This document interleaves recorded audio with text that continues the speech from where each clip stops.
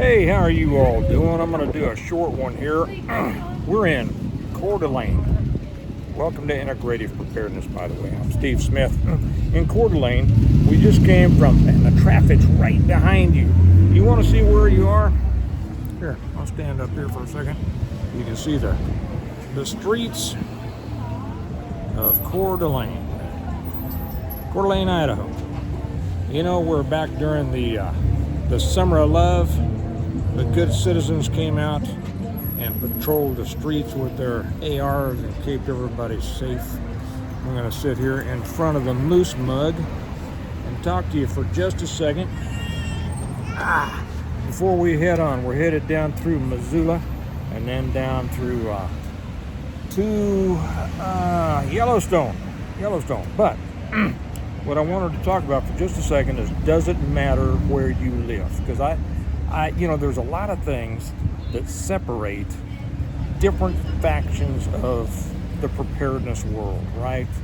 And one of those things is where you live. By the way, did you know what Coeur d'Alene means? Now, we pronounce it Coeur d'Alene here.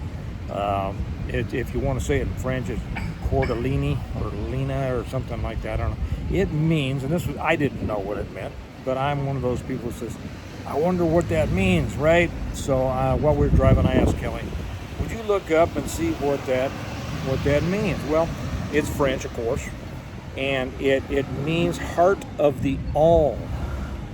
Now that's interesting. I thought, what in the world, why would it mean heart of the all? Because she said, do you know what all means? She said, AUL. I thought, well, it's just that pointy little poker thing that you use in leathercraft and things, right?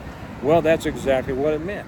And the French gave this area, or the tribe, the Indian tribe that was in this area, that name, Heart of the All, because their bargaining skills, their trading skills were as sharp as the point of an awl, which they would use in their leathercrafts and things like that. They were apparently a very sharp tribe of Indian.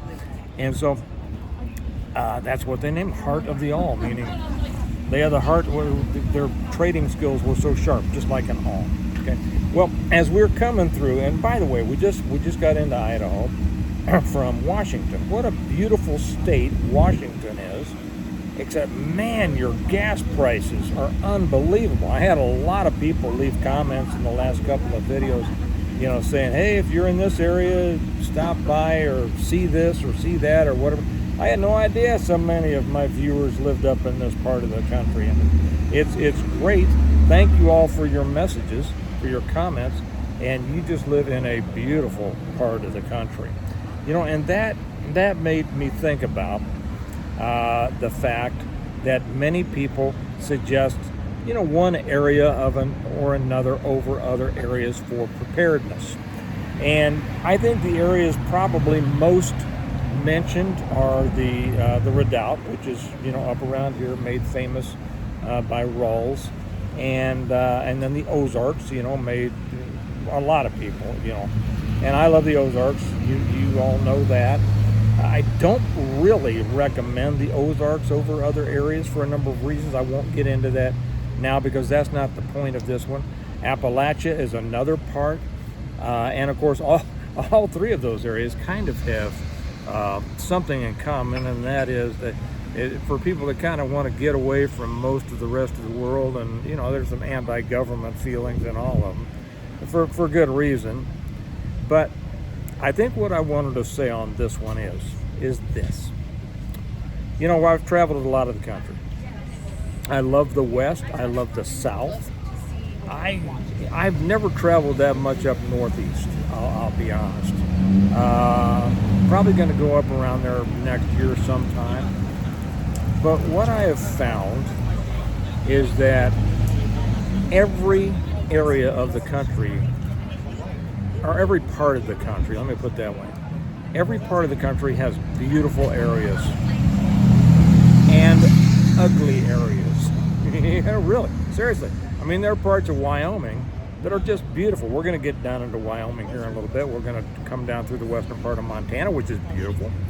We're going to get into Yellowstone, which is beautiful down in Wyoming, and then you get to eastern eastern Wyoming, and oh man, it's desolate. It's just right.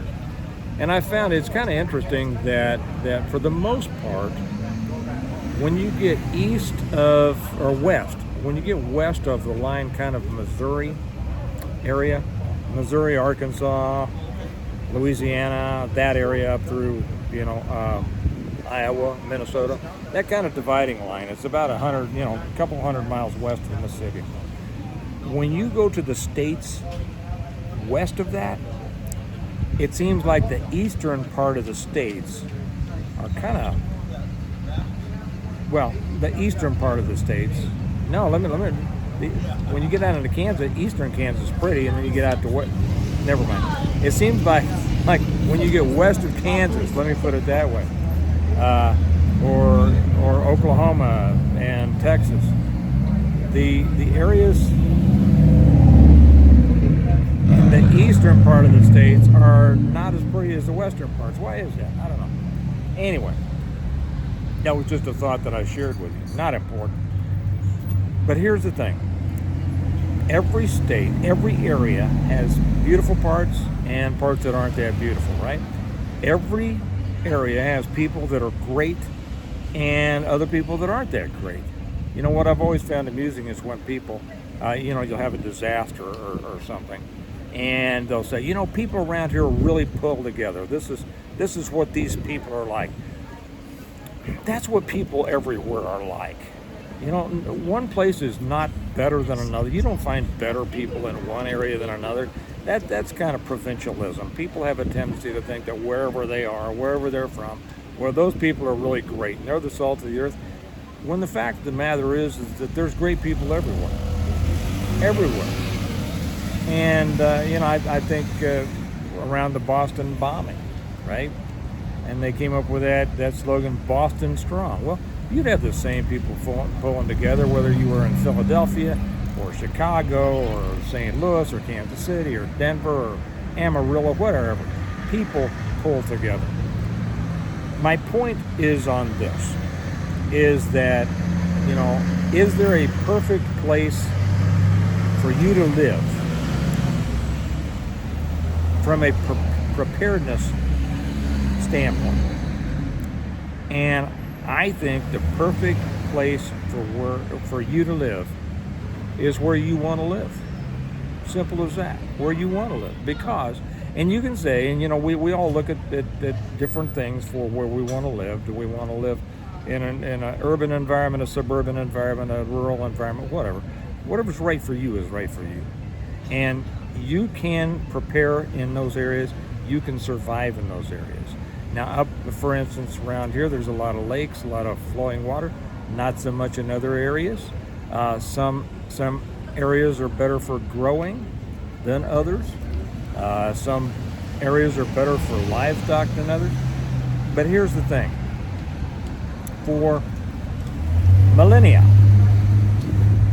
people have survived and lived in pretty much every area of the world.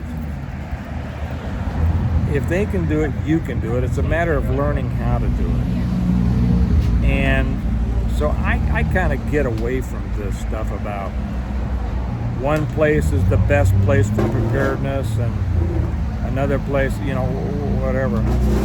Because wherever you decide to live, you're going to be able to do it. Let me just close this off with an example, for instance, of the Ozarks, right? Because I've spent a lot of my life in the Ozarks. I own land in the Ozarks.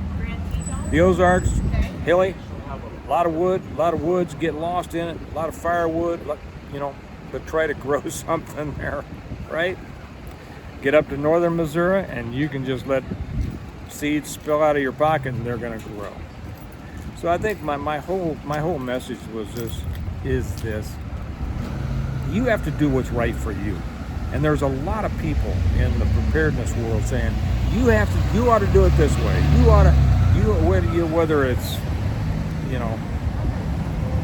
rural, urban, suburban, whatever, whether it's south, west, midwest, whatever it is.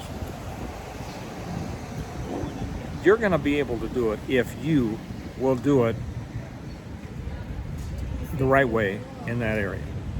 So you just need to pick. And somebody's going to say, well, you didn't tell me where to move. Yeah, I did. Don't move. If you like where you live, don't move. If you don't like where you live, move. Where should I move, Steve? Move somewhere you like. Okay? All right. The lesson really is do your own thinking. That's it. And I will say, I'll put this on the end. Too many people in the preparedness world try to look at videos like this or books or something like that and say, and look for all of the answers. The answers are in you. You have the answers if you're willing to think and put the time and the effort into it. You're going to be able to do well wherever it is. So find a place you like. This is a pretty little town, Coeur d'Alene. What a nice little town. Cute. Find the place you want to live, because wherever it is, you're going to find good people there. You're going to find some that aren't good. That's life. That's the world, right? Okay. I'm running back to the car here, and we're going to head down through Missoula. Try to stop by at the dojo of an old friend of mine, Jim Harrison of Sakura Warrior Arts, and then down to Yellowstone. So, y'all have a good day. Remember that we prepare well today in order to live well tomorrow, and I'll talk to you later. Bye-bye.